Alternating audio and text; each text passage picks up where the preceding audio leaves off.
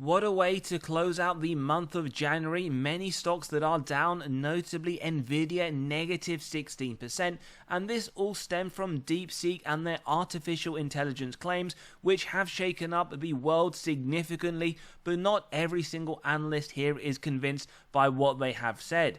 Now, in terms of how that affected Nvidia, well, they had the worst single stock day decline of any company. They had 560 billion wiped right off their market cap, and the news didn't stop there. In fact, Alibaba came out only days later to say that their own AI model is actually superior to DeepSeek, pouring more cold water onto Nvidia and their dominant position. Now, we also want to understand how this has affected the market. In fact, investors are now sitting in neutral, heading towards fear. Not too long ago, we were in greed, but again, we have also yo-yoed into fear just over the last month. Now, volatility is expected to continue significantly with many large names reporting. We have AMD on Tuesday, Palantir in fact on Monday after the market close, Uber, Amazon, Elf, Qualcomm, Disney, many large names which we do expect to continue to shake up the market. We also just want to flag a few things before we talk about these stocks to buy for this month, but we also had the Fed who announced last week that they are pausing the interest rate cuts. Now, this was baked in. Around 97% of the market was seeing this coming, so no real surprises, but this is something we haven't seen in quite a while, as over the last few months we did have back-to-back cuts. In terms of Donald Trump, well, he has come out and said from today, in fact, Canada, Mexico, as well as China are going to be hit with tariffs. How that unfolds in terms of investors, in terms of the consumers, and ultimately the shares, it is something we need to keep an eye on. But we can see here 25 tariff on imports from Canada and Mexico and 10% tariffs on goods for China. Definitely something we need to be aware of, as it will ultimately one way or another impact stocks. So let's jump into the stocks we believe to be great buys this month, and we are looking at Nvidia, as we said, down quite significantly over the last week, down 5%, over the last month, down around 12%, yet over the last year up 95%, and over the last 10 years still would have been one of the best performing companies in your portfolio if you did own it. Now, after the pullback, it is trading near the midpoint actually of the 52-week range. Their all-time highs did sit at $153, and Wall Street believe right now Nvidia is a strong buy, and it does also pay a dividend, something we'll mention but fairly trivial. Now, lots of information we do want to run through for each one of these companies. Why we like Nvidia? Well, look, over the next 4 quarters, they are estimating double-digit growth to the EPS on a year-on-year comparative. If you look at the last 4 quarters, they did outperform, so 100% track record, and if we look at what they anticipate over the next full year, their forward P right now sits at 27, which does look very reasonable. We will tell you why, but if we just compare this now to the sector median, it does sit at 26, so actually they're only marginally more of a premium than others of the sector, and they're also significantly lower than their 5-year average, which we do believe makes them very attractive. But again, more information to follow to back this up, and we can see here from a graphical basis they do sit lower than their 5-year rolling. So lots to like in terms of the valuation itself. In terms of the company and the growth, well, they get an A+. Year-on-year revenue 152%, above the sector of 5, above their 5-year average of 61, and the same conclusions to be said for what they anticipate over the next 12 months, 94, higher than 6 and higher than their 5-year of 38, and they also expect their earnings per share to increase very rapidly, 38% over the next 3 to 5 years, above the 15 and above the 27 from those two comparatives respectively. Doesn't stop there, because their profitability also looks very good at an A+. Gross margin 76%, above the sector comparative, above their 5-year average, and the same to be said for their bottom line, only continues to get higher, 56% above 4 and 33 respectively. And cash from operations, they do generate quite a lot, 59 billion just over the last year, above the 95 million and the 14.5 billion, again from the comparatives respectively. We'll end here by just talking about the institutional ownership before looking at the valuation itself, but we see 65% in terms of what the institutions hold. Yes, they've sold a lot in 2024, around 43 billion worth, but in the same time frame over the last 12 months, they have bought a significant amount more, just under 300 100 billion. So whilst they do look to be very bullish on this company, we should always do our own due diligence. As we said, we want to run every company into our valuation to highlight why we believe it to be an undervalued company. Definite consideration for this month. We get to just under $180. That is derived from the DCF model. Now you can see our calculations here. The latest free cash flow for this company shows growth of 610%. Over the last 5 years, 135. Over the last 10 years, 94. So we have gone for 25%. We do consider this to be very conservative. And in fact, the estimation for the full year is already lower than the last 3 quarters. So we do believe this is fair. And as you can see, $180 giving this 50% upside. Now these numbers are subjective. You can grab a copy of this model by clicking on the pinned comment below, writing through your own numbers, whether it's for Nvidia or any others, but we'll show you, even for those that believe 20% to be more appropriate, $134 still upside, although lower at 13%, and at 30% we can in fact see $240, pretty much a double from the current trading price. And for those that have seen this, you will know the 42% does relate to Bloomberg and where they see this company over the longer term. 464, that is pretty much a 4x or near 4x from the current price. Now for that conservativity, we will take through the 25%, where we do apply a margin of safety, taking it even further into the conservative levels. 10% execute on that if it meets our 3 golden criteria: wide moat, strong financial metrics, good forward-looking data. If you believe that today, a buy at $162, then we keep going till it's near the current trading price. And what we can in fact see for this company, you are looking somewhere between 30 to 35%. Again, bear in mind, there are risks with this company, so maybe that is sufficient. We have other AI models that could potentially harm this company, but as we did an in-depth video earlier on in the week, we did talk about Nvidia coming out and actually saying they see this as more of a bullish thing than something that is bearish for the company and the industry overall. And Wall Street also agree, strong buy rating, upside of 49%. They see this company at $177 by the end of 2025. As we go along, do give us your thoughts below. We also want to let you know we have released our latest free weekly article. We drop one every single Monday morning to your inbox, completely free, where we talk about severely undervalued stocks as well as what's going on in the market over the last few days. So click below, you can sign up, read straight away, where you'll be able to gain access to a new release copy today, in fact, of 45 stocks that are undervalued for the month of February. Lots of information for each one, the upside that Wall Street themselves see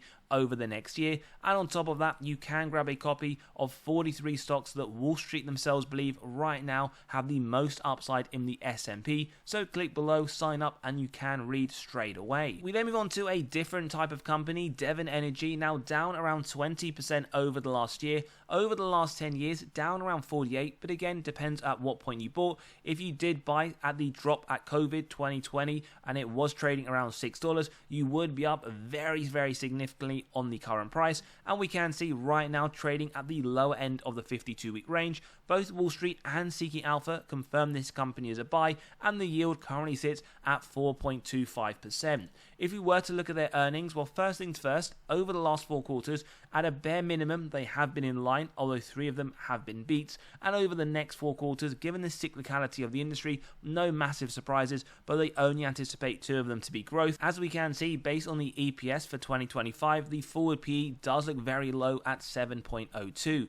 Now, if we were to compare this against others in the industry, we can in fact see it is trading at a massive discount, 41%, but also significantly lower than their 5-year average. So actually, no matter what valuation metric you use, the majority of them we can see is showing Dividend Energy trading at severe undervaluation levels. We can also confirm this from another source as well. In terms of other metrics, well, growth, we have a C, both year on year and forward looking, not looking great at negative. And we do want to point out one of the better things for the growth is the earnings per share, which they do anticipate at 9% over the next 3 to 5 years, above the 6.7 and 6.2 from the comparative for the sector, as well as their last 5 years. In terms of profitability, very nice to see an A-. Gross margin over the last year, 54%, above both sector and their own 5-year. Bottom line net income as well, the same to be said, 23% above 11 as well as above 4.4. And the cash generated from operations, very sizable, just under 7 billion, above the sector comparative at 567 million and above their 5-year of 5.1 billion. In terms of institutions, just under 70% ownership, and whilst we see 1.2 billion worth of sales, they have been buying a significant amount, nearly 3 times as much at 3.07 billion. In terms of our intrinsic value, the average of the 4 models at $53, we do get quite a sizable margin of safety given it trades around $34. As we keep going, in fact, for Dividend, we can see you are getting at least 35% at the current price. Wall Street, very bullish. They have a price target of $50. They see this at 47% by the end of 2025. And do let us know your thoughts, whether it's a buy for you, a hold, or for whatever reason doesn't fit your overall portfolio thesis. We then move on to e.l.f. Beauty, down 37% over the last year. Over the last 5 years, massive outperformance of the S&P, up 537. Right now, trading at a new 52-week low. We get a buy rating from Wall Street, and when we do talk about this company in terms of their earnings, green right across the board. Love to see that. 100% track record. Growth also anticipated every quarter over the next year. And if we look at the next full-year accounting, March 26, their forward P right now sits at 23.1, which actually does look fairly good for this growth company because we can see it significantly lower than their 5-year average. However, it does sit above the sector median, causing it to currently trade at a premium, as we can see reflective again in the majority of other valuation metrics. However, growth does look very impressive, does deserve the premium, as we can see. 59% year on year, above the sector at 2, above the 5-year of 34. Forward looking, again impressive, 40% expected, above the sector at 2, above the comparative of 5-year at 21, and the earnings per share expected to grow at 21%, a lot better than the comparative for the sector at 7.51. We also notice on profitability they get a C, however their gross margin 71%, better than sector as well as the 5-year. We also notice the bottom line 9%, again the same, it is looking very good, they are getting stronger as the years progress, and the cash generated from operations 32 million, that is why we don't see the greatest of profitability score, 32 million when the sector sits higher as well as the 5-year. In terms of the institutions, very high ownership as we have seen in comparison to others today, 92% with 1 billion worth of sales, around 3 times as much buying from these institutions. And when we do look at the valuation, we will see a large margin of safety today. That has pretty much been the theme of these stocks that we have been running through. At 35%, we see this right now. Wall Street themselves, very, very bullish, $155 price target. They see upside of 57%, and that is just by the end of 2025. We then move on to AMD, which is down around 31% over the last year. However, over the last 10 years, massive outperformance of the S&P, trading pretty much at a new 52-week low thereabouts. We get a double buy from both Seeking Alpha as well as Wall Street. When we look at their earnings, again, very impressive over the next 4 quarters. Double-digit growth expected to the EPS. Over the last 4, at a bare minimum, they have been in line. And right now, their forward PE does look incredibly low at 23.5. When we take a look, it does in fact sit lower than the sector as well as lower than their 5-year average.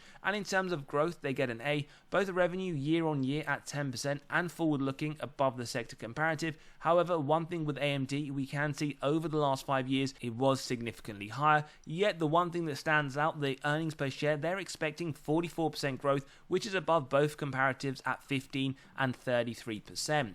Profitability also looking strong at 52% on the gross margin line, above the sector and the 5-year, and the bottom line at just under 8% is higher than the sector, but we can see over the last 5 years has set higher at 11.4. In terms of cash generated from operations, pretty much in line with the last 5 years, around the 2.12 billion mark. And what the institutions are doing, well, ownership at 71%, they have been buying nearly twice as much, 11 billion sold versus 19 billion worth of buys. In terms of our valuation of this company at $189, again, you will see a very sizable margin of safety. If you want to see the underlying metrics, we have covered this company not too long ago, but in fact, we see this around 35% at a bare minimum up to $123, with Wall Street themselves, whilst they have lowered their overall price target, still see this at 40% just by the end of the year. We then move on to another company that looks very undervalued. It is Micron Technology. Over the last year, up around 7%. Over the last 10 years, massively outperformed the S&P, up 225, trading again towards the lower end of the 52-week range. We have a buy rating from Wall Street, but that's not far off their strong buy of 4.5. Another one that does pay a dividend, although on the lower end at 0.5%. And if we take a look, green right across the board, love to see this. Next 2 quarters, triple-digit growth anticipated, subsequent to double-digit, and we can see August 2026, the forward P looks incredibly low for the growth at 8.1. In terms of valuation, they get an A, no surprises here, a massive discount to both the sector as well as the 5-year average. And if we are to look at the growth, A+, very impressive, 80% above both comparables, and the same to be said for the forward-looking next 12 months, 42 above 6% as well as above A. We also notice the same thing to be mentioned here with the earnings per share, expectation of 38% growth year on year over the next 3 to 5 years. Profitability, no real worries. We can see their gross margin is lower at 31% than the sector, but higher than the last 5 years. We do like the fact that the bottom line is strong, 13% above both comparatives, and the cash this company generates from operations significantly above both other metrics, sitting at 10.4 billion. We then see institutional ownership at around 81%, 8 billion worth of sales, however 9 billion worth of buys. And when we get to the valuation, again, no surprises, a large margin of safety, very nice upside, and as we can keep going, you can in fact see you are getting at least 30% at the 35% point as well, pretty much where the company sits as of today. And Wall Street, very, very bullish. They see 52% over the next year, $137. Now, we also want to make some other honorable mentions to 4 companies that whilst we haven't covered today, we do believe are good considerations. That is Microsoft, which currently right now trades in the mid to lower end of the 52-week range. We have Wall Street here giving this company a strong buy, as well as Seeking Alpha, who believes this is a buying opportunity. They do pay a dividend, although very low, one of the highest we have covered today at 0.8%. And then we move on to Uber. We have a strong buy from Quant, a double buy from Seeking Alpha as well as Wall Street, and currently trades in the mid to lower end of the 52-week range. We then have a company, Coupang, one we haven't actually talked too much on the channel, so let us know if you want a deeper dive. Up nearly 70% over the last 12 months, trading at the upper end of the 52-week range, with all 3 analysts, Seeking Alpha, Wall Street and Quant, giving this a buy rating, all of them as well at a bare minimum 4 out of 5. Finally, ServiceNow, we can see up 33%. In fact, it is trading at the upper end of the 52-week range, with Wall Street themselves giving this a buy. As always, give us your thoughts in the comments below. Don't forget to sign up to the free weekly newsletter. Grab that spreadsheet we have released today. Come and join us in the Patreon as well, where we do cover our weekly buys and sells. We did make some purchases and sales just last week. And have a great day. We'll see you all on the next one.